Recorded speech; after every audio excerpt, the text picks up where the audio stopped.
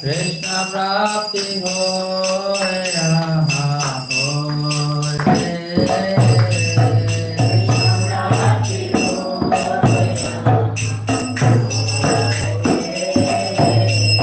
गुरु मुख पांडवा दिखते बोलिया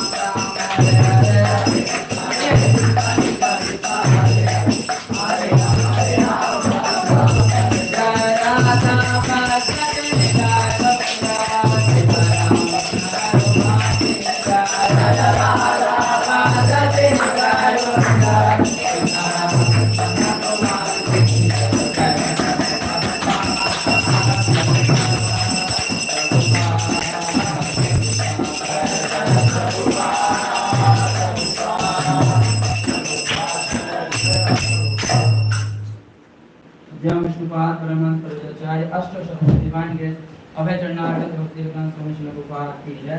जय विष्णुपाद परमहंस प्रचार्य अष्टशतक डिवाइन ग्रेस भक्ति सिद्धांत सरस्वती गोस्वामी प्रभुपाद की जय। श्री श्री राधा पार्वती भगवान की जय। श्री श्री मिठाई बहुत सुंदर की जय। श्री जगन्नाथ बलदेव सुदर्शन कृष्ण की जय। श्री भगवान की जय। ऑल गुरुष्ट संपूर्ण हरे कृष्ण। ऑल गुरुष्ट संपूर्ण हरे कृष्ण। ऑल गुरुष्ट संपूर्ण हरे कृष्ण।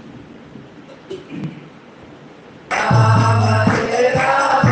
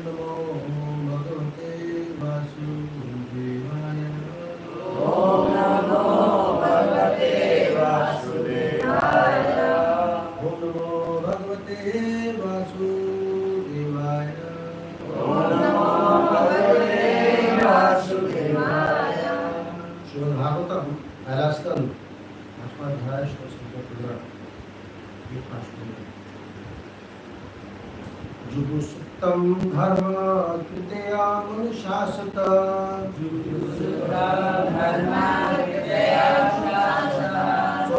स्वभावरक्तस्य महान् व्यतिक्रम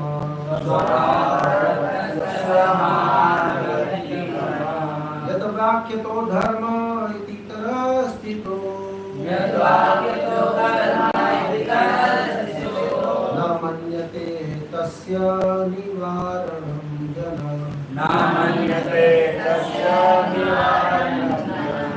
जुगुप्सितं धर्म कृते अनुशासत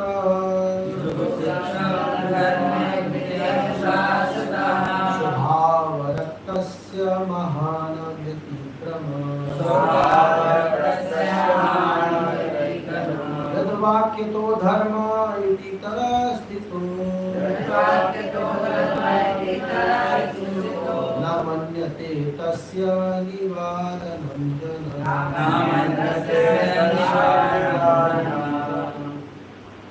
जुगुप्सितं धर्म कृते अनुशासत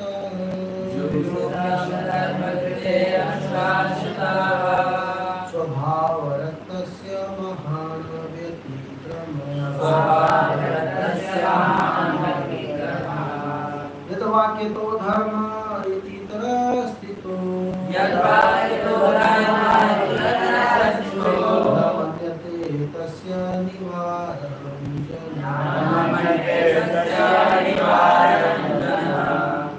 ओके इसका अनुवाद तात्पर्य ये प्रकार के द्वारा श्लोक की जय। विभूषितम अत्यंत घृणित धर्म कृते धर्म हेतु अनुशासित आदेश के अनुसार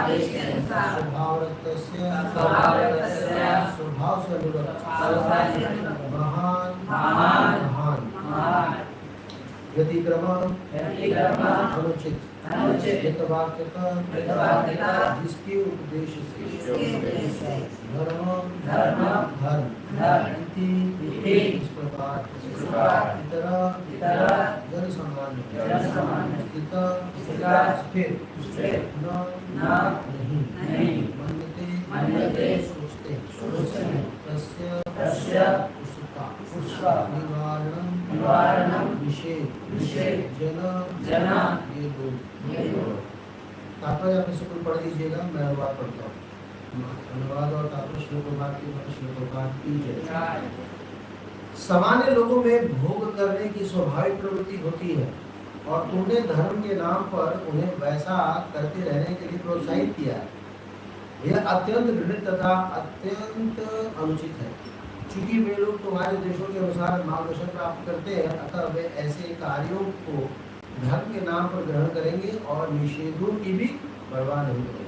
दोहराइए, सामान्य लोगों में भोग करने की स्वाभाविक प्रवृत्ति होती है और तुमने धर्म के नाम पर उन्हें वैसे ही करते रहने के लिए प्रोत्साहित किया। यह अत्यंत घृणित तथा अत्यंत अनुचित है। चूंकि वे लोग तुम्हारे उपदेशों के अनुसार मार्गदर्शन प्राप्त करते हैं, अतः वे ऐसे कार्यों को धर्म के नाम पर ग्रहण करेंगे और निषेधों की भी परवाह नहीं करेंगे। पढ़िए तात्पर्य। श्री नारद ने यहाँ पर महाभारत तथा अन्य साहित्यों में उद्धृत सकाम कर्मों के नियमित अनुष्ठानों के आधार पर श्रील व्यास द्वारा संकलित विभिन्न वैदिक ग्रंथों की घोषणा की है। मानव में जन्म जन्मांतर से दीर्घकालीन भौतिक संगति के कारण भौतिक शक्ति पर प्रभुत्व प्राप्त करने की स्वाभाविक प्रवृत्ति होती है। उन्हें मानव जीवन से उत्तरदायित्व का कोई बोध नहीं हो पाता। ये मानव जीवन मोहमय पदार्थ के चंगुल से छूटने का अवसर होता है। वेद भगवत धाम वापस जाने के निमित्त हैं। 84 लाख योनियों के आवागमन चक्र में घूमते रहना दंडित जीवों के लिए बंदी जीवन के समान है। मनुष्य योनि इस बंदी जीवन से बाहर निकलने का शुभ अवसर होता है। अतः मनुष्य का एकमात्र कर्तव्य है कि वह भगवान के साथ अपने भूले हुए संबंध को पुनः स्थापित करे।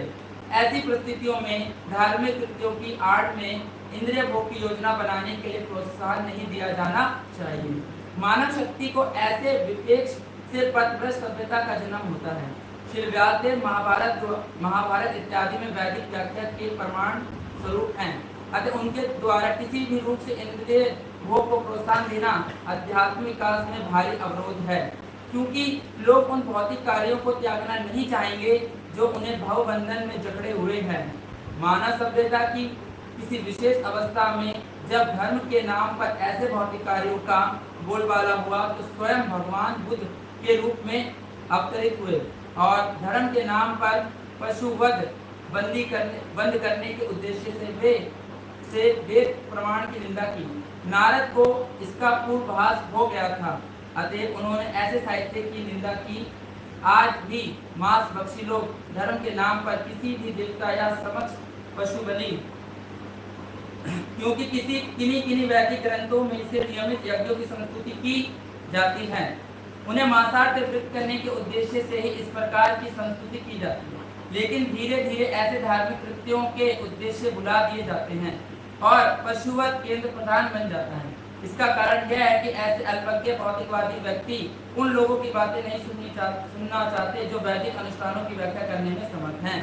वेदों में स्पष्ट कहा गया है कि जीवन की सफलता ना तो किसी बृहद ग्रंथ के लिखने, न धन संचय करने और न संतान बढ़ाने में है। इसे अनासक्ति द्वारा ही प्राप्त किया जाता है। लेकिन भौतिक व्यक्ति ऐसे आदेशों को अनसुना करते हैं। उन्हें उनके अनुसार तथाकथित संन्यास आश्रम उन व्यक्तियों के लिए है जो किसी शारीरिक दोष के कारण जीविका कमाने में असक्षम हैं, या उन व्यक्तियों के लिए है जिन्हें पारिवारिक संपत्ति नहीं मिल पाई। निसंदेह महाभारत जैसे ऐतिहासिक ग्रंथों में आध्यात्मिक विषयों के साथ साथ लौकिक विषय की भी चर्चा है। महाभारत में ही श्रीमद् भगवद गीता भी संदिष्ट है।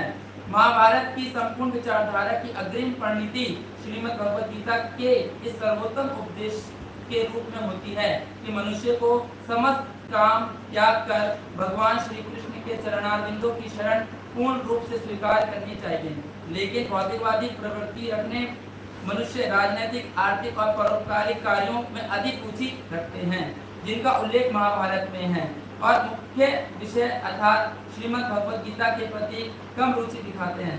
श्री नारद मुनि श्री व्यास देव की इस समझौतावादी प्रवृत्ति की प्रत्यक्ष भर्त्सना करते हैं और यह उपदेश देते हैं कि प्रत्यक्ष रूप से यह घोषित करें कि मनुष्य जीवन की मूलभूत आवश्यकता श्री भगवान के साथ अपने नित्य संबंध को अनुभव करना तथा अविलंब श्री भगवान को समर्पण करना है। किसी विशेष रोग से पीड़ित मरीज का मन प्राय उसके प्रति वर्जित की गई वस्तु को खाने को ललचाता है, लेकिन दक्ष चिकित्सक किसी भी मरीज से समझौता करके उसे थोड़ी मात्रा में उपादेय ग्रहण करने की अनुमति नहीं देता। श्रीमद् भगवद गीता में यह कहा गया है कि सकाम कर्म की अनुरक्त व्यक्ति को किसी प्रवृत्ति से विमुख नहीं करना चाहिए, क्योंकि उसे धीरे धीरे आत्म साक्षात्कार के पद तक ऊपर उठाया जा सकता है। कभी कभी यह उन लोगों पर लागू होता है जो बिना किसी आध्यात्मिक अनुभूति के शुभ मीमांसक बने रहते हैं, लेकिन जो भक्ति के पथ पर लगे हैं उन्हें कभी भी ऐसा सुझाव नहीं देना चाहिए।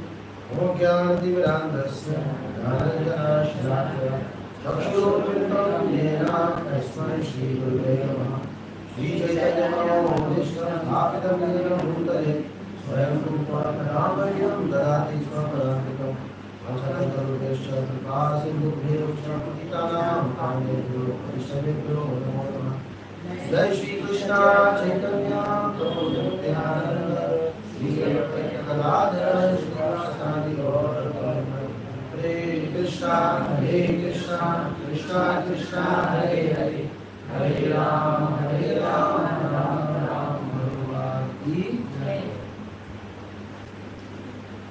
हरे कृष्णा। स्वागत है आप सभी लोगों का फ्राइडे के इस मॉर्निंग श्रीमद् भागवतम क्लास में। और ये प्रसंग श्रीमद् भागवतम के पहले स्कंद का 5वां अध्याय चल रहा है। यहाँ पे नारद जी की वार्तालाप चल रही है वेद व्यास जी से।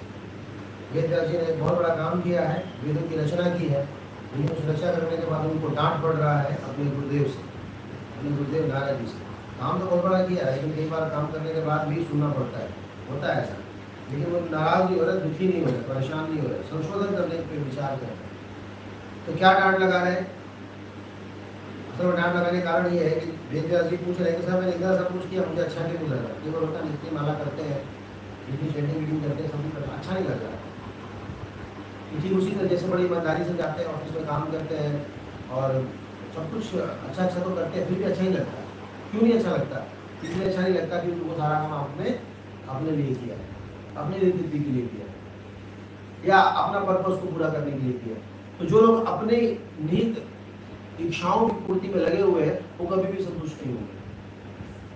अपने लिए जिए तो क्या जिए, तू भी जमाने के लिए, तो जमाने के लिए जिए, ये अपने से थोड़ा सा बेटर है। लेकिन उससे भी बेस्ट क्या है? उससे भी बेस्ट है कि भगवान के लिए जिए।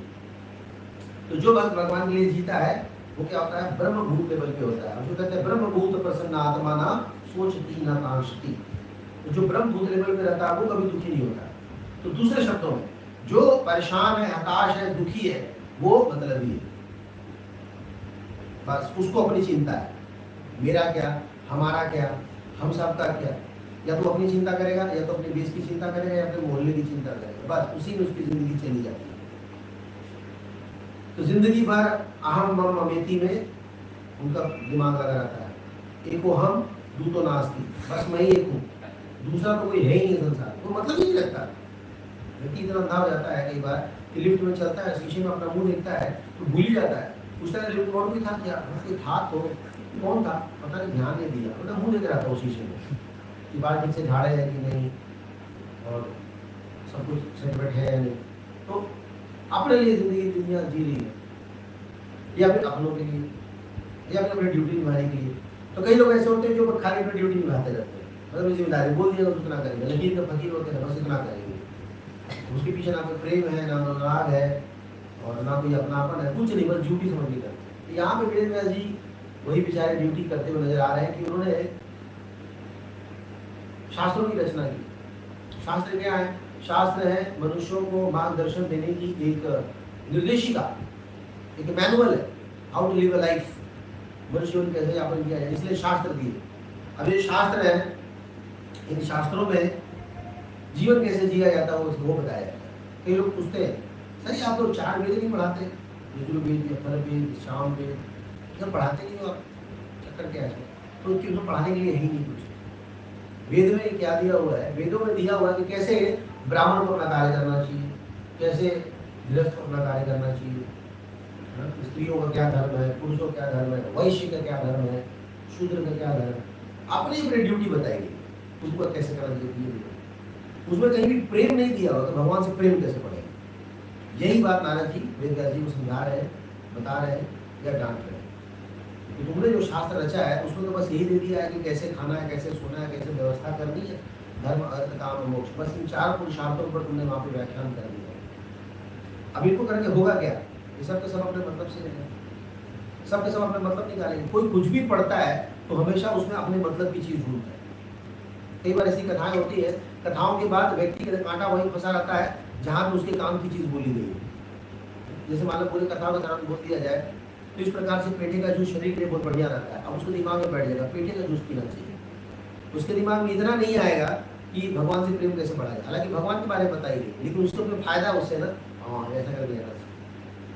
तो लोग बस ऐसी स्वार्थ पर जिंदगी को जीना चाहते हैं और इसी को दूसरी भाषा में धर्म कहते हैं। यही कहते हैं कि हमने जो सुबह पीपल के पेड़ में जल दे दिया, सूर्य को जल दे दिया, अगरबत्ती दिखा दी और गुड़ और चना का भोग लगा दिया पीले रंग की साड़ी पहन के और हमने फिरकी भी मार ली 3 बारी, हो गया जी हमने धर्म पालन कर लिया। कि हम तो बचपन धर्म का पालन कर रहे हैं, हम क्या नहीं करते? हम तो जब तक पूजा नहीं करते तब तक अपने मुंह में एक अन्न का दाना नहीं डालते। हाँ धर्म का पालन, तुम धर्म का पालन नहीं कर रहे हो, तुम अपने मतलब का धर्म का पालन कर रहे हो, अपने लिए, अपनों के लिए, अपने बच्चों के लिए, सुख संपत्ति घर आवे, कष्ट मिटे तन का, बस ये हमारा धर्म है। तो नाराज जी इन चीजों को लेकर बड़े दुखी है, कहते कि क्या मतलब ये आप लोगों को रास्ता दे रहे हो इसके लिए, इंद्र तृप्ति के लिए। तो धर्म की आड़ में जो लोग इंद्र तृप्ति करते हैं वो कभी भी कृष्ण को प्राप्त नहीं कर पाएंगे। तो धर्म की आड़ में मतलब कि धर्म के नाम पे, धर्म के नाम पर इंद्रियों को तृप्त करना, जिस वजह से धर्म का पालन कर रहे हैं, थोड़ा तो बनता है, इतना तो चलता है, दैट्स ओके। बस यहीं से समस्याएं जो है वो शुरू होती है। तो शुद्ध भक्ति के लक्षण नहीं है, ये सब मिश्रित भक्ति है। चलो नहीं भक्ति करने से अच्छा है कि चलो कुछ तो कर रहा है, दैट्स ओके, लेकिन ये भी मिश्रित भक्ति में आता है। लेकिन हम सब जिस संप्रदाय से जुड़े हैं, जिस सोसाइटी से जुड़े हैं, जिस कृष्णा कॉन्शियसनेस में हम हैं, यहाँ पे एक ही बात सिखाई जाती है, शुद्ध भक्ति कैसे करना है, प्योर डिवोशनल सर्विस कैसे करना है, नो मिलावट वाला काम, यहाँ पे कोई जाली काम नहीं होता। इसलिए जिसको पसंद नहीं आता है वो व्यक्ति ये क्या करता है, इसको में कमियां निकालता है ना, जैसे चोर की दाढ़ी में 3 दांत। अगर आपको पसंद नहीं आएगा आप इसको में कमियां निकालोगे, अगर आपको पसंद नहीं आएगा आप अगले व्यक्ति में कमियां निकालोगे। जहां आपको लगेगा कि आपके आजादी के ऊपर प्रश्न चिन्ह उठ रहा है, आप वहां बोलना शुरू कर दोगे, नहीं ये तो उचित नहीं। तो हमारी संस्था जो है, श्रील प्रभुपाद जी ने प्रेजेंट किया है प्योर बॉडी ऑफ वैष्णविज्म। इसमें रूप गोस्वामी के श्लोक को कोट करना सबसे ठीक रहता है, जिसमें कहा गया है अन्य विलासिता शून्यम ज्ञान कर्मानामृतम, अनुकूल है ना कृष्ण, कृष्ण के अनुकूल है वो कार्य करना है और बाकी सारी विलासाएं शून्य।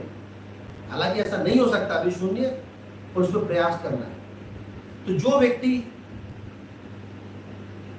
इस संकल्प के साथ भक्ति में आगे बढ़ रहा है कि मुझे अपनी सारी बॉडीली रिक्वायरमेंट्स को 0 पे ले आना है और एक दिन सब कुछ बस भगवान के लिए ही करना है, वही समझिए कि शुद्ध भक्ति के धरातल पे पहुंचने का प्रयास कर रहा है। नहीं तो फिर धर्म स्वनिष्ठिता पुंसाम विश्वक्सेन कथा सुयत नहीं उत्पाद यदि रतिम श्रव्य केवलम। पूरे जिंदगी जो भी हम कर रहे हैं वो श्रम के अलावा कुछ नहीं है, मात्र मेहनत बन के रह जाएगा। आप डेकोरेशन कर लो, बहुत बढ़िया सजा लो, बहुत बढ़िया प्रसाद का अरेंजमेंट कर लो, बहुत बढ़िया सारा ताम झाम कर लो, इकट्ठा कर लो, 30 लाख का मंदिर बनवा दो, कुछ भी कर लो, लेकिन अगर प्रेम नहीं जागृत हो रहा है तो फिर क्या होगा? लो जी, एक और ढांचा तैयार हुआ, और एक और ढांचा तैयार हुआ, और एक और कांग्रेगेशन तैयार हो गई, और एक और भीड़ तैयार हो गया। तो जो भीड़ को पालो। कई लोग कहेंगे कोई बात नहीं प्रभु जी, इसी बहाने भक्त आते हैं, सुकृति प्राप्त करते हैं, ठीक है, भक्त बनेंगे, कितना टाइम लगेगा? और आधी जिंदगी तो बीत गई, कई लोग आधी सुबह बीत गई, कई लोग तो बस कमल जल जल जीवन टलमला रहे हैं। कभी भी पेड़ का पत्ता पीला वाला उड़ सकता है हवा में, अब कितना इंतजार करें? दैट्स ओके, दैट्स ओके, चलता है, अभी क्या कर सकते हैं? तो गंभीर होने की आवश्यकता है।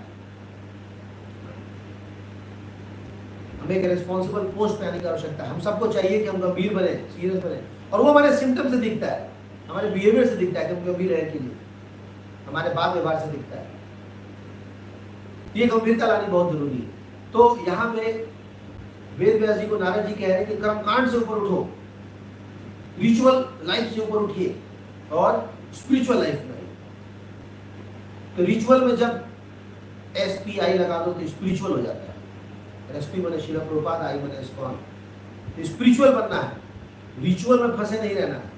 रिचुअल यानी कि कर्मकांड, जो सब करते आ रहे हैं वही हम करते आ रहे हैं, वही हम करते जा रहे हैं। क्या फायदा मिलेगा उससे? बस एक ड्यूटी हो जाएगी, हाँ जी हमने ये की, ये की, ये की, ये की, बस ये हो गया। प्रेम जागृत हो ही नहीं रहा है। प्रेम जागृत तब होगा जब हम निस्वार्थ भाव से।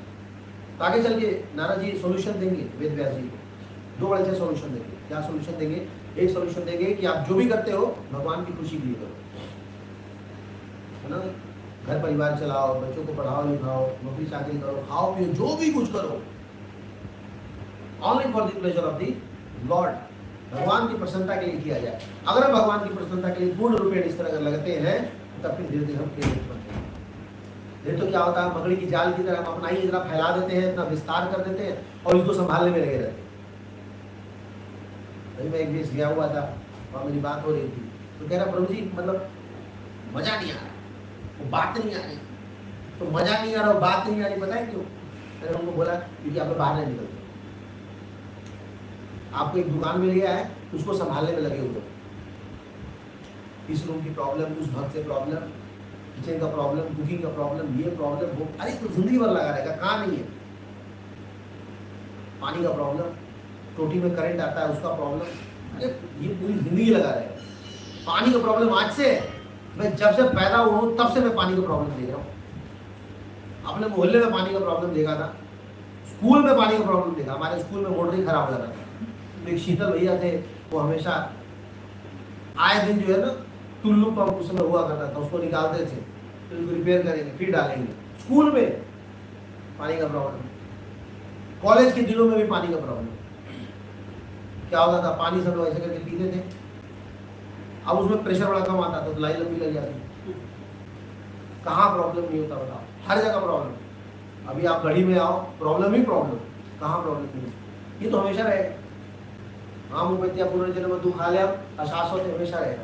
लेकिन ये प्रॉब्लम पता कब सॉल्व होता है? जब हम बाहर निकलते हैं। तो मैंने उन भक्तों को बोला, मैं नाम नहीं बताऊंगा कौन सा देश है, उन भक्तों को बोला कि मैं बाहर निकलो, सुबह में मॉर्निंग प्रोग्राम करो, थोड़ा सा रेस्ट ले लो और उसके बाद निकल जाओ 10 से 11 बजे बाहर।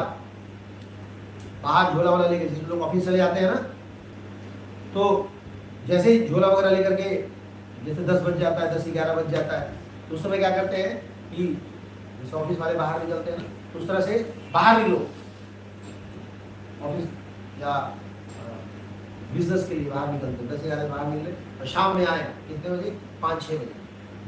दिन भर जो भी प्रीचिंग है वो करें, शाम में 5-6 बजे, फिर शाम में आकर के प्रोग्राम करो। ये हम लोग का कल्चर हुआ करता था।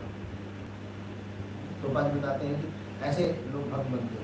लेकिन अभी क्या करते हैं कि मस्त मॉर्निंग प्रोग्राम किया, खाया पिया, उसके बाद बढ़िया सा पावर नैप ले लिया, सो गए, फिर शाम हो गया जी, शाम में फिर 5 बजे गए, प्रसाद पाए, थोड़ा सा टाइम पास कर लिया प्रीचिंग के नाम पे, खत्म। तो we are not taking challenges, हम चुनौती नहीं ले रहे। चुनौती लेना चाहिए हमें, चुनौती मतलब कोई ना कोई नया हमारे पास चैलेंज होना चाहिए। जब बाहरी चुनौती होगी तो आंतरिक चुनौती हमें परेशान नहीं करेगी, बाहरी चुनौती नहीं है। तो क्या क्या चुनौतियां हो सकती है? झोला निकल के घर घर जाओ, नित्यानंद प्रभु की तरह घर घर जाओ और जाके बताओ कार्तिक आ रहा जी, कार्तिक सेवा ये आप आइए हमारे, उनको चैंटिंग के लिए बुलाओ, उनको मॉर्निंग प्रोग्राम के लिए बुलाओ, भागवत क्लास के लिए बुलाओ, हर घर को कवर करो। ऐसे करते करते करते करते करते करते आप देखोगे कि जो पहला घर था उसको कवर करने में लगभग 2 महीने हो गए, फिर पहले घर में जाओ। इतना कंडेंस्ड यहाँ पे मोहल्ला है, चारों तरफ से लोग हैं, लोगों की कमी थोड़ी है। ऐसे जाके प्रचार करना चाहिए, खिचड़ी वितरण करें, हरिनाम संकीर्तन करें, कभी इस मोहल्ले में करें, कभी उस मोहल्ले में करें, कितने सारे मोहल्ले, कितनी सारी गलियां ऐसे करें। जब ऐसे अलग अलग हम करेंगे लेकिन लोग अपने आप बढ़ करके आएंगे। प्रभुपाद जी कहते थे अगर आप बुक डिस्ट्रीब्यूशन करोगे, हरिनाम संकीर्तन करोगे और प्रसाद वितरण करोगे, कभी किसी चीज की कमी नहीं होगी। तो जो लोग नहीं कर रहे हैं उन्हीं की कुछ ना कुछ कमी हो रही है। इसलिए इन चीजों का जो है प्रचुर मात्रा में हमें बढ़ावा देना चाहिए। ये होता है भगवान के प्रति प्रेम, ये भगवान के लिए कर रहे हैं, इसमें हमारा कोई स्वार्थ नहीं है। कम से कम इतने लेवल पे जरूर आके कॉम्प्रोमाइज करें कि हम जो भी करेंगे तो भगवान के लिए होगा, उस माने हमारा भी हो जाए तो चलेगा। लेकिन अभी हम जो करते हैं अपने को फोकस में रख करके करते हैं, जो कि गलत है। तो यहाँ पे नारायण जी बता रहे हैं वेद व्यास जी को कि आपने वेदों की रचना तो कर दी, लेकिन उसमें मनुष्यों को जीवन जीने का बस तरीका बताया। जीवन जीने का तरीका अपने आप में पूर्ण थोड़ी है। मनुष्य का जीवन सिर्फ जीने के लिए नहीं है, वो तो कुत्ते बिल्ली भी जी रहे हैं, खा पी रहे हैं, बच्चे पैदा कर रहे हैं, सो रहे हैं, तो चल ही रहा है, तो नया क्या है? तो मनुष्य का जीवन किस लिए है? भगवान से प्रेम बढ़ाने के लिए। क्या किया जाए कि भगवान से प्रेम बढ़े? जब हम उस चीज के ऊपर चलते हैं, अपने स्वार्थों को छोड़ते हैं, भगवान की प्रसन्नता के लिए जीते हैं, सेवा करते हैं, वो असली मनुष्य जीवन है, वही भक्त का जीवन है। अभी थोड़ा पितृ पक्ष चल रहा है, उसके विषय में भी कुछ बोलना चाहूंगा मैं थोड़ी देर। पितृपक्ष पक्ष 2 होते हैं महीने के, एक कृष्ण पक्ष और एक शुक्ल पक्ष होता है। तो कृष्ण पक्ष यानी कि the dark phase of the moon, Shukla Paksha यानी कि bright phase of the moon. ये आश्विन का महीना है, आश्विन के महीने के सूर्य के 15 दिन कृष्ण पक्ष होते हैं, और बाद के जो 15 दिन होते हैं वो नवरात्रि में होते हैं, और उसके बाद फिर 9 दिन नवरात्रि के हुए, और उसके बाद 7 दिन और उसके बाद कार्तिक शुरू, मतलब चौथा महीना होता है, चौथे मास। तो ये पितृ पक्ष क्या होता है? पितृ आप वर्ड से ही समझ रहे होंगे, पितृ मतलब कि हमारे पूर्वज, इसको पितृ कहते हैं। श्रीमद् भागवतम के 11वें स्कंद में एक बहुत ही प्रसिद्ध श्लोक आया है जिसमें कि अलग अलग ऋणों के बारे में बताया गया है। 11:5-39 बताया गया कि देवर्षि भूताप्त नृणाम पितृणाम न किंकरो नायम ऋणी च राजन सर्वात्मनाय शरणम शरण्यम गतो मुकुंदम परिहित्य कृतम। तो मनुष्य जब इस भौतिक संसार में जन्म लेता है तो कर्म योनि में आता है, और कर्म योनि आने के बाद उसके ऊपर बहुत सारे ऋण होते हैं। ऋण मतलब उधारी, और जब तक मनुष्य के ऊपर ऋण होगा वो कभी भी निश्चिंत नहीं रहता, खुश नहीं रहता। जैसे बताया गया है कि दुश्मन, बीमारी और कर्ज, इसको जितनी जल्दी हो सके निपटा देना चाहिए। तो कर्ज जो है वो मनुष्य के ऊपर लगता है, और सिर्फ मनुष्यों पर ही लगता है, बाकियों पर नहीं लगता, क्योंकि मनुष्य का कर्म योनि में है ना। तो हम मनुष्यों के ऊपर क्या लगता है? वो कर्ज लगता है। तो किस किस के कर्ज होते हैं? तो बता रहे हैं कि देवताओं के, ऋषियों के, साधारण लोगों के, रिश्तेदारों के, दोस्तों के और पितरों के, इन सब लोगों का कर्ज हमारे ऊपर चढ़ता है। जैसे जी रहे हैं अभी ना, तो हमारे ऊपर देवताओं का ऋण है। देवताओं का ऋण, सूर्य देव लाइट दे रहे हैं, फोकट का थोड़ी दे रहे हैं। फ्री का क्या आता है? कुछ नहीं आता। हवा मिल रही है हमें, फोकट में थोड़ी मिल रहा है। वायुदेव दे रहे हैं, अग्नि है, धरती है, अन्न है, तो ये सब क्या है? ऋण है हमारे ऊपर। उसी तरह से पशु पक्षियों का भी ऋण है। जैसे आप कोई मोर देखते हो, बहुत अच्छा मोर अगर डांस कर रहा है, बोले वाह कितना बढ़िया डांस कर रहा है, वो डांस देखा ना आपने, 5 रुपये चार्ज। फोकट में थोड़ी आता है। आप जाते हो सिनेमा हॉल में, कमरा बंद करके, लाइट ऑफ करके, सामने स्क्रीन पे कुछ दिखाते हैं, पैसा लेते हैं कि नहीं? पहले ही ले लेते हैं, 500 रुपया जमा करो। पता नहीं आजकल कितना रेट है, हमने बहुत जमाने पहले सुना था, BBR लॉन्च 500 रुपये विथ कोक। कोक समझते हो, नाली का पानी के साथ 500 रुपये लॉन्च वहाँ पे डाल देते हैं।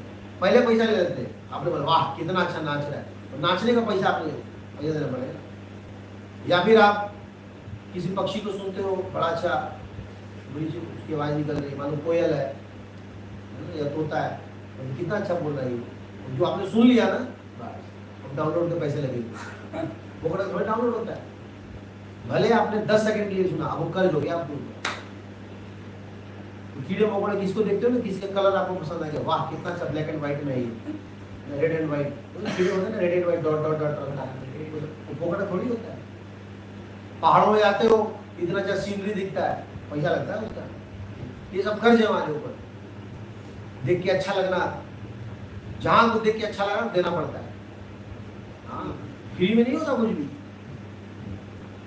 गांव में जब बहुएं आती है ना ब्याह करके, तो मुंह दिखाई देते हैं लोग, पता है आपको ये बात? फोकट में थोड़ी दे बोलता है, कुछ नेक चार मिला, कुछ मिला कि नहीं? हाँ, माताओं को मुंह दिखने का पैसा देती है, फोकट में थोड़ी मुंह दिखा देंगी। Everything has a cost, nothing comes free. ये पशु पक्षियों के ऊपर भी कर्ज है, और लोगों के ऊपर, ये जो लोग हैं उनके ऊपर भी, उनसे भी हमें कर्ज लगता है। जो हमारे रिश्तेदार हैं, रिलेटिव्स हैं, हमारे दुख सुख में खड़े थे, हमारे पड़ोसी हैं, इन सबसे हमारा कर्ज होता है। ये हमारी मदद करते हैं, हमारी बात सुनते हैं, हमारे साथ खड़े होते हैं, सब कर्ज है हमारे ऊपर। और उसी तरीके से जो हमारे पितृ होते हैं, पूर्वज, ऋषि बता दूं पहले फिर पूर्वज पे आता हूँ। ऋषियों के भी कर्ज होते हैं। ऋषियों के क्या कर्ज है? जो ऋषि मुनि है, उन्होंने भगवान की वाणी हमारे तक भेजी है। आज हम लोग पढ़ करके क्यों सुना पा रहे हैं?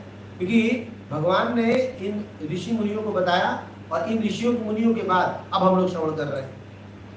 तो श्रवण कर रहे हैं, यानी कि कहीं ना कहीं किसी ने बोला था ना, तभी तो आज श्रवण कर रहे हैं, ऐसे श्रवण कर नहीं पाएंगे। इस ग्रंथ को कोई ना कोई पास किया ना परंपरा के माध्यम से, तो यहाँ पहुंचा है। उन सबके प्रति हमारा कर्ज है। उसी तरह हमारे शरीर में जो खून दौड़ रहा है, ये भी किसी का दिया हुआ है, ये हमारे पूर्वजों का दिया हुआ है। पूर्वज को पितृ कहते हैं। तो हर किसी का एक गोत्र होता है। गोत्र का मतलब कि वो किस खून से है, किस ऋषि से है। विदेशियों की सब बात पता नहीं, उनसे पूछो आपका गोत्र क्या है, गोत्र गोत्र मालूम ही नहीं उसको, गोत्र पता ही नहीं है।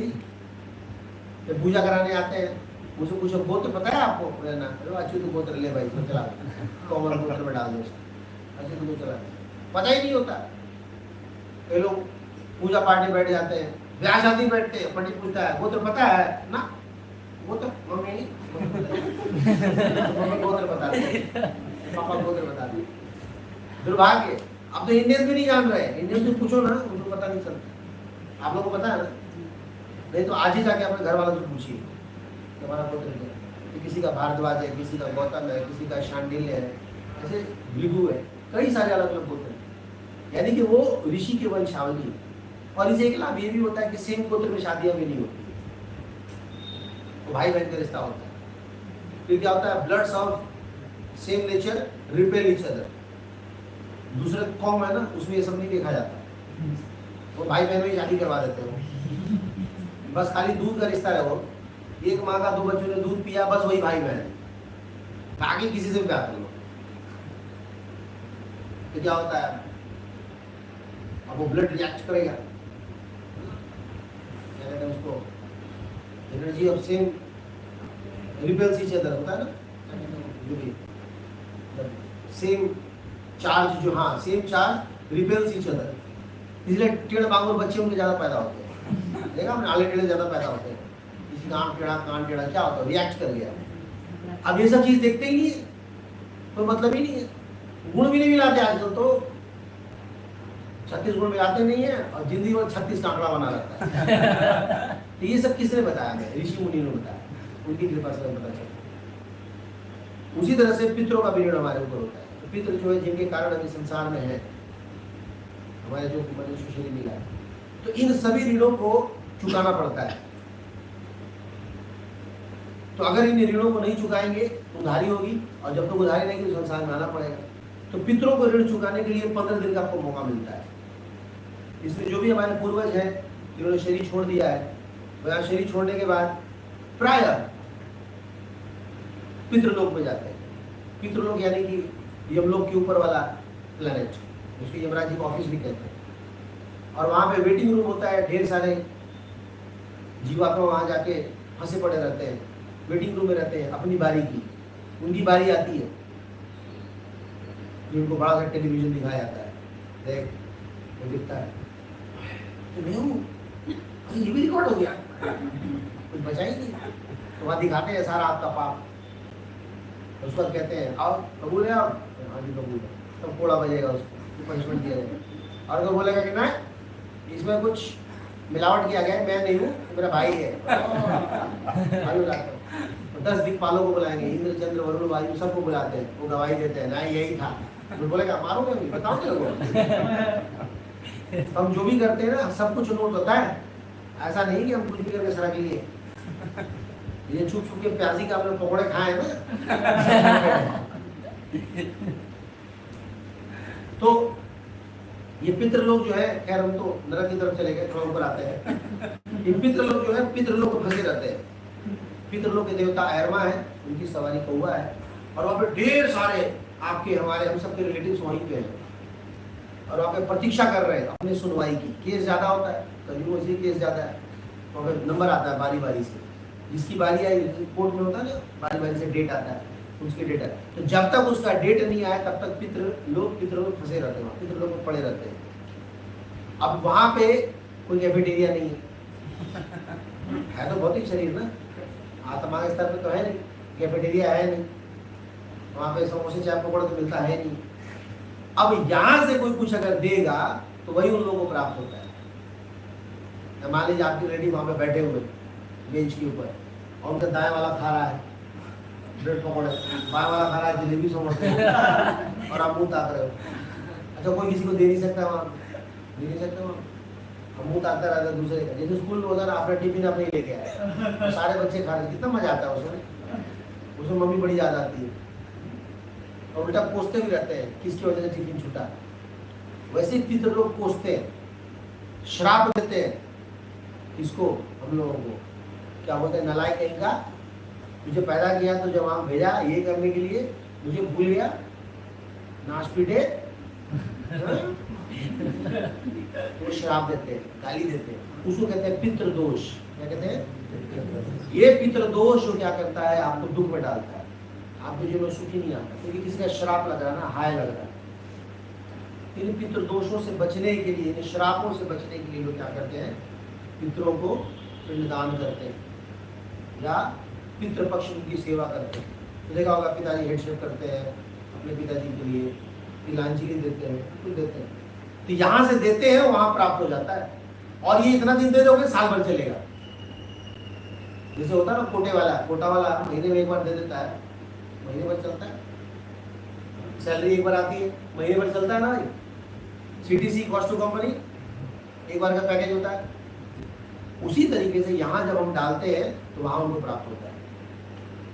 बोला ऐसे कैसे, हमें क्या पता, कुछ साइंटिफिक कुछ लोगों का दिमाग में कीड़ा है, ऐसे कैसे यहाँ डालेंगे वहाँ पहुंच जाएगा, कौन देखने जा रहा है। बिल्कुल ऐसा होता है। आप यहाँ से ओटीपी डालो, अमेरिका में पैसा नहीं निकलेगा। यहाँ पे आप खाली यस बटन पर दबा दो, लिंक खाली क्लिक कर दो। अब तो ज्यादा रिलेट कर सकते हैं, पहले तो रिलेट करना मुश्किल था। ये प्रवचन जब मैं 10 साल पहले देता था तो समझाने में थोड़ा मुश्किल होता था, पर आजकल तो समझाना बहुत आसान है। ऑनलाइन ट्रांसफर तो तुरंत हो जाता है। मान लो किसी दुकान में कोई व्यक्ति बैठा हुआ है और उसका खाने को पैसे नहीं है, और आपको फोन किया भाई भूख लगी है, ठीक है खा ले, पैसे और मजदूरी चिंता मत कर, खाया और यहाँ से आपने पे कर दिया, पॉसिबल नॉट पॉसिबल? तुरंत पॉसिबल। तो मनुष्य ऐसी व्यवस्था कर सकता है 7 समुद्र पार अमेरिका में, लंदन में, तो फिर नरक में क्यों नहीं हो सकता, या फिर तलब में क्यों नहीं हो सकता? इसलिए यहाँ से हमें देना चाहिए। अब एक प्रश्न ये आता है, अब हमें क्या पता कि हमारे पितर वहां पे है कि नहीं है? हो सकता है सुनवाई हो गई हो, ये हो सकता है। तो बाय डिफॉल्ट हमें ये मानना चाहिए कि नहीं हुई हो, तो अगर हो गई हो, टिफिन एक्स्ट्रा है तो कोई बात नहीं, कोई और खा लेगा, लेकिन कब नहीं पढ़ाना चाहिए। तो कब तक देते रहना है पितर को?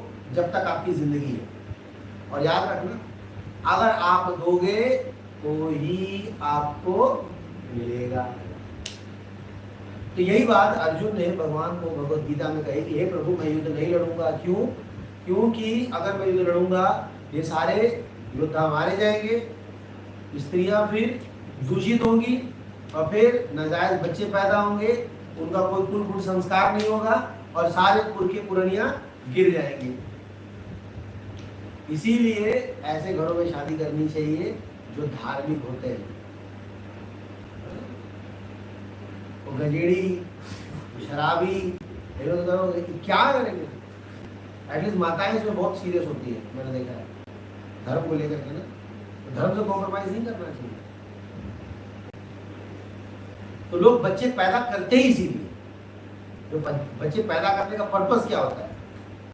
बच्चे पैदा करने का पर्पस ही होता है पुत्र या पुत्री, पौ और तौ से बनता है। पौ मने पाप और तौ मने तारे। जो पाप से तारे वही पुत्र है या पुत्री है। मेरी माँ मेरे को अक्सर बोलती थी कि तू मेरा असली बेटा उस दिन कहलाएगा जिस दिन मुझे मुखाग्नि देगा। तो धर्म का मतलब यही होता है, सेवा का मतलब ही होता है माँ बाप का, जो उनको धर्म से जोड़े, जो उनको तार दे। तारना समझते हैं आप लोग? तार दे, उद्धार कर दे। तो बचपन में माता पिता बच्चों का उद्धार करते हैं, उनको अच्छे संस्कार दे करके पढ़ाए लिखा करके। लेकिन जब बच्चे बड़े हो जाते हैं, माता पिता बूढ़े होते हैं, तो यही बच्चे अपने माता पिता को तारते हैं, उनको धर्म से जोड़ करके उनका उद्धार करते। लेकिन अर्जुन जैसा कह रहे हैं कि नाजायज बच्चे पैदा होंगे, इनको धर्म के बारे में पता नहीं होगा, तो फिर बेड़ा गर्क हो जाएगा सारा। इसलिए मैं युद्ध नहीं करूंगा।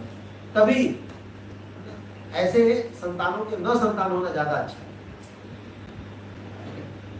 अब इसके सॉल्यूशन पार्ट पे आते हैं कि क्या सॉल्यूशन है, भक्तों के लिए क्या सॉल्यूशन। तो देखिए ये बात तो बिल्कुल सही है कि पितृपक्ष वगैरह में कई लोग जो है आज भी करते हैं, लेकिन अब आजकल के बच्चे नहीं कर रहे हैं इसमें। उनको लगता है क्या है ये सब, जैसे ढकोसला है, ढोंग है, दिखावा है, आडंबर है, ऐसा मानते हैं। ऐसा नहीं करना चाहिए। लेकिन जो लोग कर रहे हैं उनको डिस्टर्ब मत कीजिए, उनको करने दीजिए। लेकिन जब बात आपकी और हमारी आएगी तो हमें इस बात का ध्यान रखना चाहिए कि कलो दोष निधि राजन अस्ति एक महान गुना कीर्तनादि व कृष्ण से मुक्त संगा परम जित। अब कलयुग में तो दोषी दोष है ना। अब दूध दही लड्डू में भी, लड्डू में मिलावट लड्डू आ गया। तिरुपति बालाजी मंदिर इतना फेमस मंदिर है, ऐसे कोई कमी नहीं है, इतना बड़ा वेल टू डू टेम्पल जो है वहां पे मिलावट हो गया, तो आपका मेरा जीवन क्या है। इसलिए इस कलयुग में पंडित को बुलाना, पिंडदान करना, ये वो करना हम भक्तों के लिए संभव नहीं है, और आगे चल के सब पॉसिबल होगा। इसलिए भक्तों को कम से कम 2 काम करना चाहिए। एक, जो दिवंगत आत्मा है, जो पितृ है, उनके लिए हरि नाम ले, एक्स्ट्रा चैंटिंग करें, हरे कृष्णा कृष्णा कृष्णा हरे हरे, हरे राम राम राम हरे हरे। तो उनके लिए एक्स्ट्रा राउंड्स करें। इससे बड़ा कोई वेलफेयर वर्क है ही नहीं। लोग वेलफेयर वर्क करते हैं ना, गरीबों को खिलाते हैं, कपड़े बांटते हैं, घर बना देते हैं, शादी ब्याह करा देते हैं, ये कोई वेलफेयर। सबसे बड़ा वेलफेयर वर्क ये है, बैठा करके कथा सुनाना। आप उसको निकलने का रास्ता बता रहे हो जेल से, सबसे बड़ा पुण्य का काम यही है। और अगर आप हरिनाम ले रहे हो तो बड़ा काम है। जैसे आप हरिनाम लोगे उधर बिल्कुल बच जाएगा, निकलो निकलो निकलो, कहते नंबर बांधता रहा, बाहर निकलो। क्यों? अरे तुम्हारा बच्चे वहां हरिनाम ले, जाओ तुम फ्री हो। ऐसा होता है। आपने चैंटिंग करना शुरू नहीं किया, उधर से आपके पितृ मुक्त हो गए। खाने पीने का टेंशन ही छोड़ो, वंस फॉर ऑल। किसने कहा ये बात? प्रहलाद महाराज। 25 पीढ़ी आगे 25 पीढ़ी पीछे, तर गई आप। जैसे आपने हरि कृष्ण वाला फीडबैक उठाया, माला उठाते ही माला करना भला बनाते उधर मुक्त हो फ्री हो, कितना फायदा। हरिनाम लेते ही एक भक्त में इतनी शक्ति होती है, हरिनाम में इतनी शक्ति होती है। और दूसरा चीज कि भक्तों को क्या करना चाहिए, उनके नाम पे प्रसाद कराना चाहिए। तो भगवान वैष्णव, ब्राह्मण, अग्नि, गाय, इनके माध्यम से अन्न स्वीकार करते हैं, भोग स्वीकार करते हैं। जब किसी दिवंगत आत्मा के नाम पे आप किसी को खिलाते हो, खास करके ब्राह्मणों को, वैष्णवों को, तो वो खुश होते हैं। और जब वो खुश हो, हम डेली गाते हैं, जिससे प्रसादात भगवत प्रसाद हो, जैसे अप्रसादात भगवती की तो।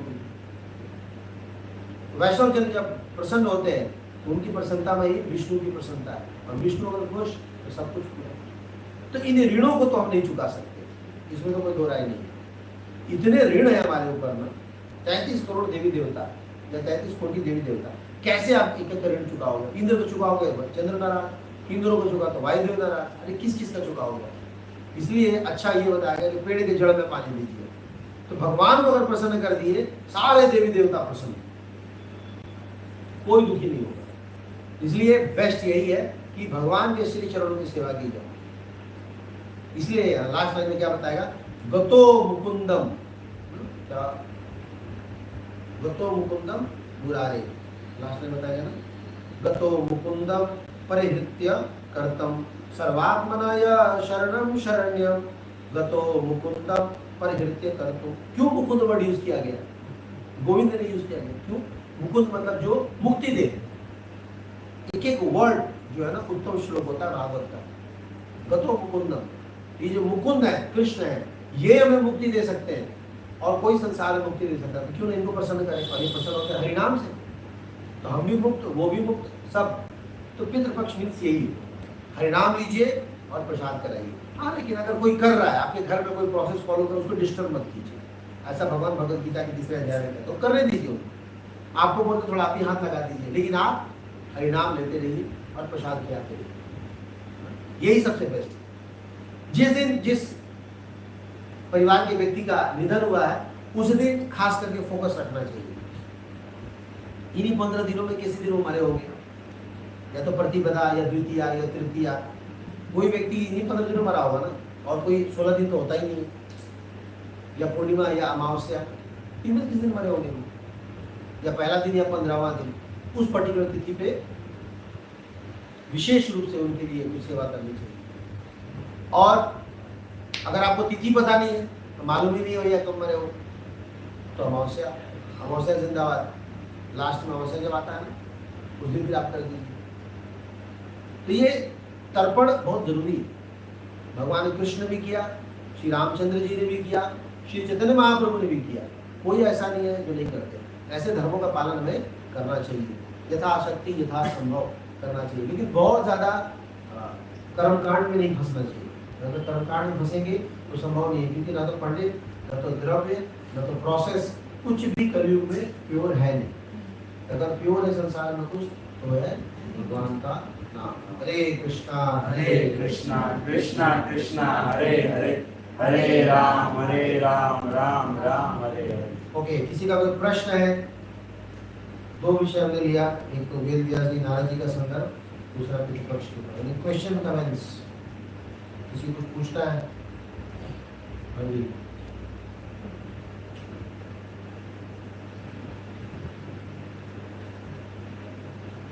Know questions, all clears?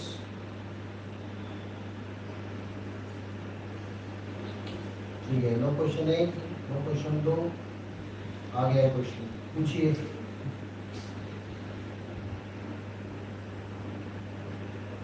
हरे कृष्ण प्रभु जी, दंडवत प्रणाम। हाँ जी, दंडवत प्रणाम।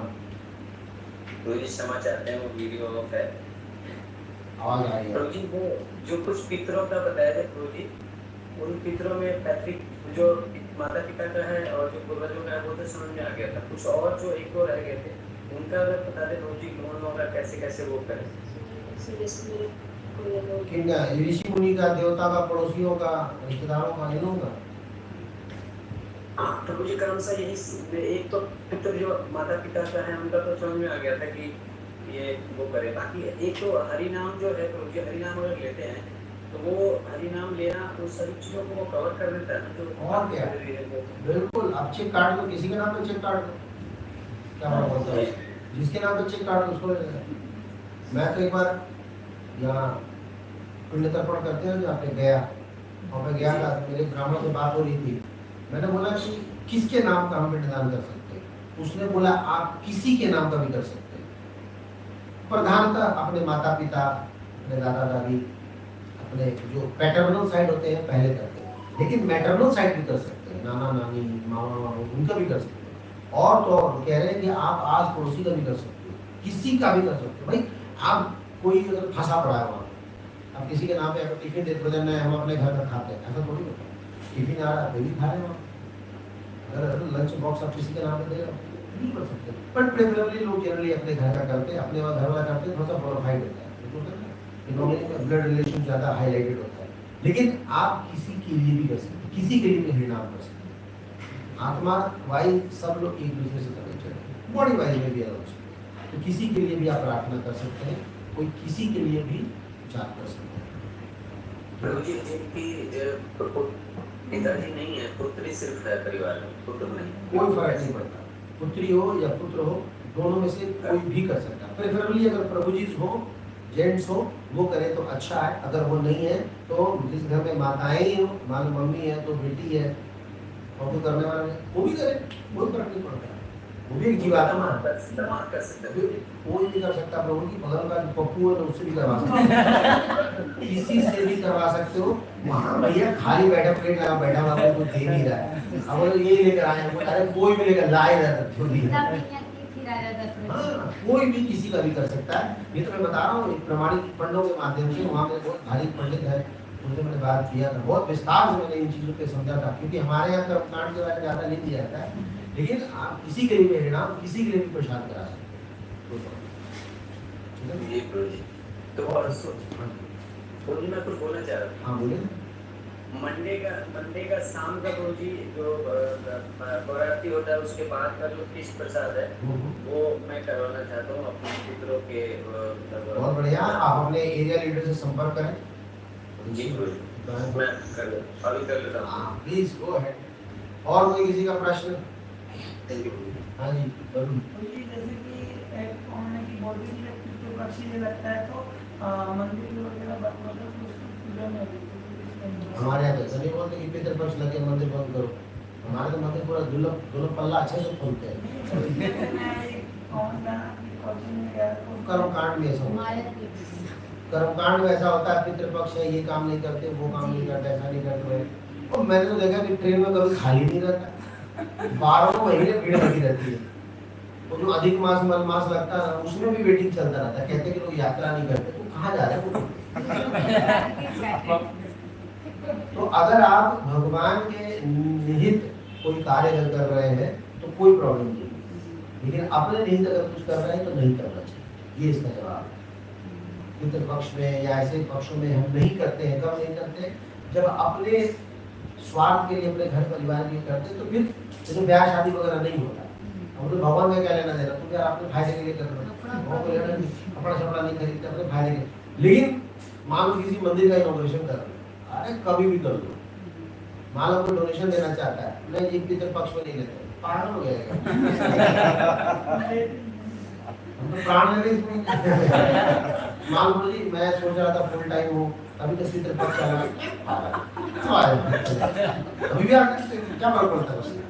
तो भगवान के लिए कोई तिथि विधि नहीं होता, कोई दिशा विशा नहीं होता, सब चलता है कभी भी। मतलब ह्यूमिलिटी में एक बात बताना चाहूँगा कि लास्ट ईयर मुझे जब अपना गाड़ी रिप्लेस करना था, पुरानी गाड़ी का समय हो गया था, लेना था, उसमें अधिक मास चल रहा था और दिन भी शनिवार था। हमें सुना शनिवार को लोहा नहीं खरीदते, और ठाकुर जी की कृपा 1 साल पूरा हुआ और चल रहा है। तो हम प्रयास नहीं करते कि उसको भगवान की सेवा लगाए। अगर आप भगवान की सेवा लगाओगे ना, आप कभी भी कुछ भी कहीं से भी ले सकते हो, कोई भेदभाव नहीं। लेकिन जहाँ घर परिवार वाली बात आती है तो उसमें फिर नियमों का पालन करना होता है। जैसे पितरों का जो कॉन्सेप्ट आपने कहा कि हमारे पूर्वजों से ब्लड रिलेशन में जुड़ते हैं। हाँ, मतलब पूर्वज पितर वही हुआ ना कि वही हमारा खानदान आ रहा है। तो सोल का क्या कनेक्शन है बॉडी की जो लाइनेज से आ रही है? सोल को तो अपने कर्मों के हिसाब से बॉडी मिल रही है और उस बॉडी सोल का बस यही कनेक्शन है कि उसमें किसी ने स्पिरिचुअल नॉलेज दिया और एक दूसरे की स्पिरिचुअल नॉलेज मिलता जा रहा है वैसे ही। बाकी सब के सब कर्मकांड लेवल पे ये है। तभी तो जब तक जीवन थे तब तक उनसे मतलब, वरना क्या मतलब। तो जितना राव परिवार के लोग उनसे इतना आपका अपना हो, जहाँ राव देखे वाओ राव अपने घर के हैं खानदान के लिए। अब जहाँ पता चला कि बाहर में पाड़े मुर्गियाँ बन गए तो राव से अटैचमेंट ही नहीं रहेगा, स्वाभाविक है। तो वो हमारा ब्लड रिलेशन है सिर्फ इसलिए, खानदान के इसलिए, लेकिन इससे बहुत ज्यादा अटैच नहीं होना चाहिए। रिलेशन किसी से भी होना चाहिए आत्मा के स्तर में। अल्टीमेटली तो भगवान ही पिता है, सारे तो एक दूसरे से संबंधित हैं उस पर तो वो उस तरह से है। और जो ऋषि मुनि होते हैं, जिन वंशावली में हम लोग जन्म लेते हैं, वो हमें कुछ संस्कार देते हैं, उनके कुछ संस्कार आते हैं। तो अगर हम अभी से उनको फॉलो करना शुरू करेंगे तो वाया मीडियम जो है स्ट्रांगली कनेक्ट हो जाएगा।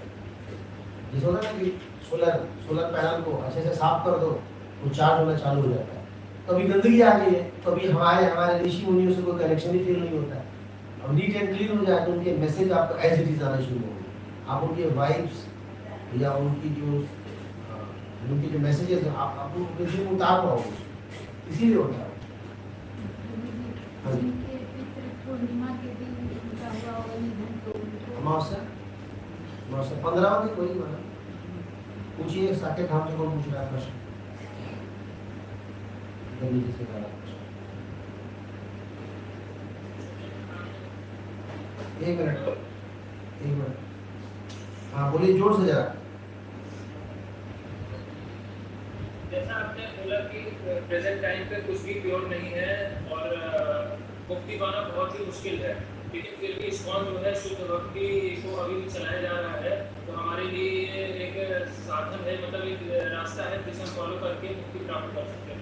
लेकिन अगर आगे के टाइम पे देखें तो 100 साल बाद, 200 साल बाद, मे भी 1000 साल बाद कुछ भी प्योर नहीं रहेगा, तब मतलब और भी ज़्यादा मुश्किल हो जाएगा। और भी अगर आगे देखिए जैसे 5000 साल बाद तो सब कुछ खत्म, मतलब भक्ति के नाम पे तो कुछ रहेगा ही नहीं।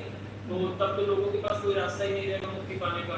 और क्योंकि ये कलयुग आगे 4 लाख सालों तक चलेगा, तो 4 लाख सालों तक मतलब लोग चाह के भी मुक्ति नहीं पा सकते, क्योंकि उनके पास वो रास्ता ही नहीं रहेगा। जैसे अभी रास्ता हमारे पास मौजूद है कलयुग के इस समय में, लेकिन अगर आगे 2, 4, 5000 साल बाद देखें तो कोई रास्ता ही नहीं रहेगा। तो उस टाइम पे लोगों के पास क्या जरिया रहेगा, क्या माध्यम रहेगा अगर लोग मुक्ति पाना चाहें तो कलयुग के प्रथम संध्या में 10,000 सालों के लिए ही चैतन्य महाप्रभु का ये आंदोलन है और 10,000 साल तक इसको रहने वाला है। प्रभात के पर्पस रहने वाले हैं, भक्ति होने वाली है और बहुत जबरदस्त एक भक्ति होगी।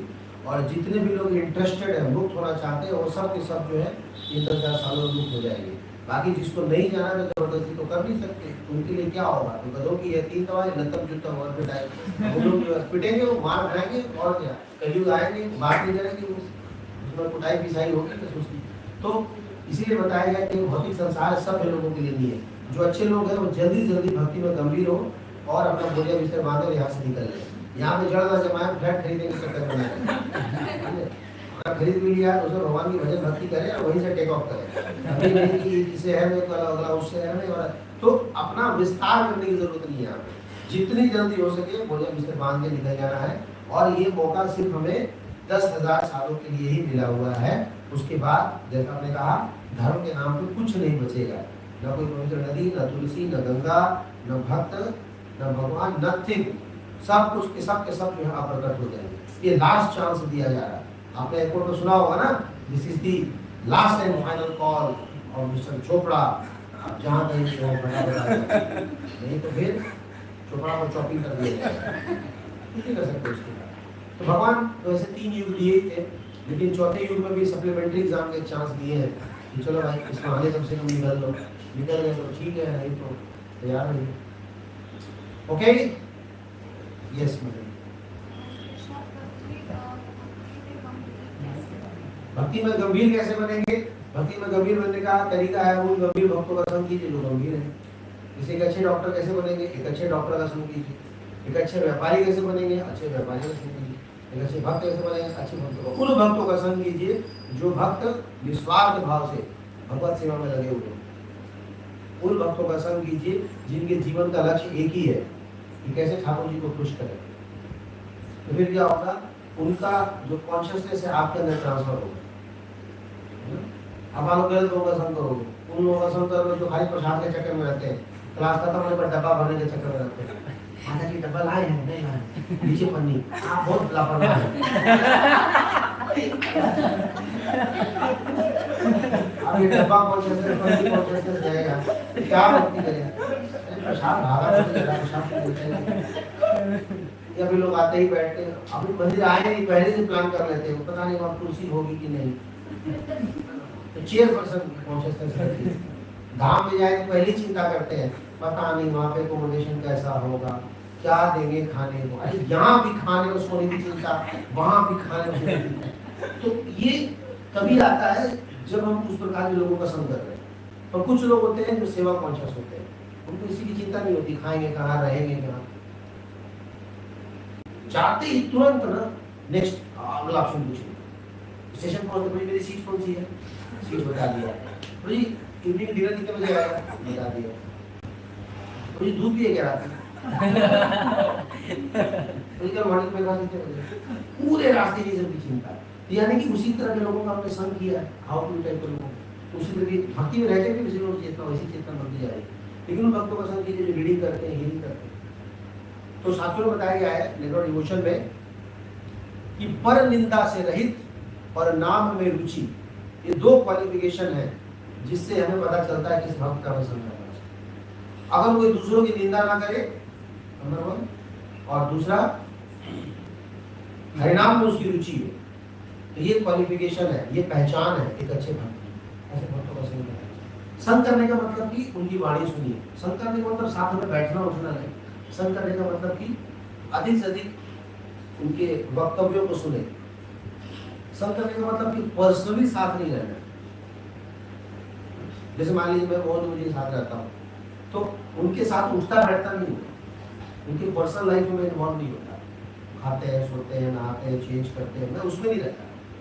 साथ रहने का मतलब कि जब जब वो स्पिरिचुअल डिस्कोर्सेस देते हैं तब हम उसको सुनते हैं, उसको कहते हैं संग। उनके मूड को अडॉप्ट करना, उसको कहते हैं संग। उसके एसोसिएशन कहते हैं, ऐसे एसोसिएशन में जाना, तब हम शुद्ध भक्ति में गंभीर होंगे। ठीक है, लास्ट क्वेश्चन क्या है? गैल्वनाइज्ड रंजन, क्या नाम है? बोलिए गैल्वनाइज्ड। अच्छा, this is you. Our dear most Ranjan from all the way from Shri Dham, Odisha. Hari को बोलिए। तो जी मेरा क्वेश्चन था, जैसे मानो कि किसी का एक्सीडेंटल डेथ हो, तो ये आयुष्य में जब उनकी डेथ हो जाती है तो फिर उसको तो बॉडी नहीं मिलता है, या फिर कुछ वैसा टाइप का सिचुएशन होती है, तो फिर उस टाइम हम अगर कुछ करेंगे उनके लिए, मान लीजिए हरिनाम हो या कुछ तर्पण हो या फिर कोई चीज, तो इस बात को कैसे समझे कि वो रिसीव कर रहे हैं या फिर कुछ ज्ञान पा रहे हैं? इसकी चर्चा जो है वो श्रीमद् भागवतम में भी आती है। जो गोकर्ण थे और जो दुम्बी जनक दुंदगारी, उसकी कथा भी आती है। दुंदगारी वैसे प्रेतनी फंस गया था, उसको उद्धार कैसा हुआ, भागवत सुनाया गया, कथा सुनाई गई, भगवान का नाम लिया गया। और जो लोग कर्मकांड करते हैं वो गया जाएंगे तो वहाँ पे एक विशेष स्थान है, उसका नाम याद नहीं आ रहा। नहीं, विष्णुपद तो नॉर्मल पिंडदान के लिए, तो और थोड़ा कोई पहाड़ी करके है, हाँ कोई पत्थर सा है, तो वहाँ अलग से जाते हैं उन अकाल मृत्यु वाले लोगों के लिए। पर एक डिवोटी को चिंता करने की जरूरत नहीं है। भगवान के नाम में इतनी शक्ति है कि कोई किसी भी योनि में कहीं भी फंसा हो तो मुक्त हो जाएगा। इसलिए भगवान के नाम में पूर्ण भरोसा रहना चाहिए। इससे ज्यादा कुछ शक्तिशाली है नहीं। भगवान ने अपनी सारी शक्तियां इन नामों में भर दी है, लेकिन हम ऐसे हैं कि हमारा अनुराग ही उत्पन्न नहीं हो पा रहा। इन नामों पर पूर्ण भरोसा रखें, नामों का जाप करें, सब भला होगा। ठीक है, हरे कृष्णा कृष्णा कृष्णा हरे हरे, हरे राम राम राम हरे।